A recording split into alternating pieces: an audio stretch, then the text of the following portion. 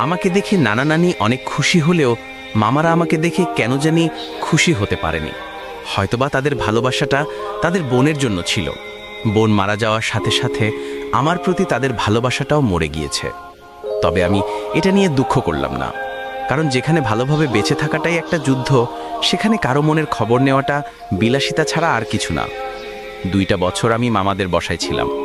এই 2 বছরে আমাকে অনেক কিছুই করতে হয়েছে, অনেক অপমান সহ্য করতে হয়েছে। তবে এই 2 বছরে আমি অনেক কিছুই শিখেছি, জীবনের মানে জেনেছি। জীবনটা এত সহজ না, জীবনটা জটিল একটা সমস্যা।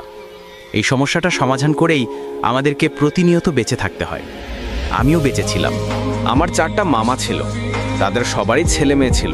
আমি সবাইকে রাতে পড়াতাম, নিজের ইচ্ছে না থাকা সত্ত্বেও পড়াতাম, কারণ এরাই যে আমাকে দুবেলা দুমুঠো খাবার দিয়ে আশ্রয় দিয়েছে। প্রতিদিনই আমি বাজার করে দিতাম।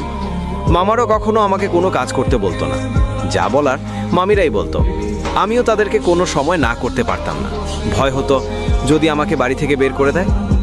তাই কষ্ট হলো সবার সব রকম কাজ করে দিতাম আমি। তবুও মামিরা আমার উপর কোনো কারণে বিরক্ত থাকতো, আমি বুঝতে পারতাম। তবে বিরক্ত হওয়ার কারণটা খুঁজে পেতাম না। আমার নানা নানি আমাকে অনেক ভালোবাসতো। তাদের ভালোবাসাটাই হয়তো এত কিছুর মাঝেও একটু সুখে খুঁজে নিতে সাহায্য করত।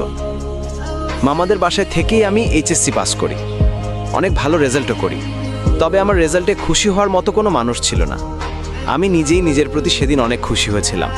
তারপরে অনেক ঢাকায় পরীক্ষা দেই, ভাগ্যক্রমে ঢাকার একটা পাবলিক ভার্সিটিতে চান্স পেয়ে যাই। মামাদের বাসা থেকে আমি আবার আমার পুরাতন শহর ঢাকায় ফিরে আসি। 2 বছর আগে এই শহরটাকে আমি বিদায় জানিয়ে চলে গিয়েছিলাম।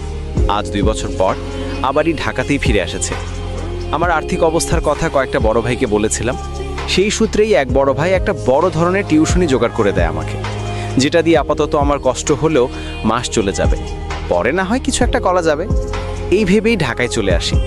আসার আগে নানা আমার হাতে কিছু টাকা দিয়ে দিয়েছিল, যেটা আমার ভার্সিটিতে ভর্তির সময় অনেক কাজে লাগে। আর কিছু টাকা ভবিষ্যতের কথা ভেবে যত্ন করে নিজের কাছে রেখে দিই। আজ আমার টিউশনির প্রথম দিন, তাই একটু পরিপাটি হয়ে যাচ্ছে, কারণ বড় ভাই বলেছেন তারা খুব বড় লোক, সেজন্যই এত টাকা বেতন দিয়ে একজন টিউশন শিক্ষক রাখবেন। বড় ভাই যখন আমাকে ছাত্রের বাসায় নিয়ে গেলেন পরিচয় করিয়ে দিবেন বলে, তখন দরজায় কলিং বেল চাপতেই একটা সুন্দরী মেয়ে দরজা খুলে দিল। আমি মেয়েটার দিকে জাস্ট হয়ে দাঁড়িয়ে রইলাম, কারণ এই মেয়েটাই আমার জীবনের অভিশাপ। এই মেয়েটার কারণেই আমার জীবনে 2 বছর আগে প্রচণ্ড ঝড় নেমে এসেছিল। সেই ঝড়ে আমি নিঃস্ব হয়ে গিয়েছিলাম। আজও আমি নিঃস্ব। তো গাইস, ফুল গল্প ইউটিউবে দেওয়া আছে এবং ইউটিউব নেম এমডি রাব্বিজয় এবং ইউটিউবের লিঙ্ক ও টিকটক আইডি বায়োতে দেওয়া আছে। তো ফটাফট গিয়ে তোমরা সবাই দেখে আসো। ততক্ষণ পর্যন্ত সবাই ভালো থাকবেন। আল্লাহ হাফেজ গাইস।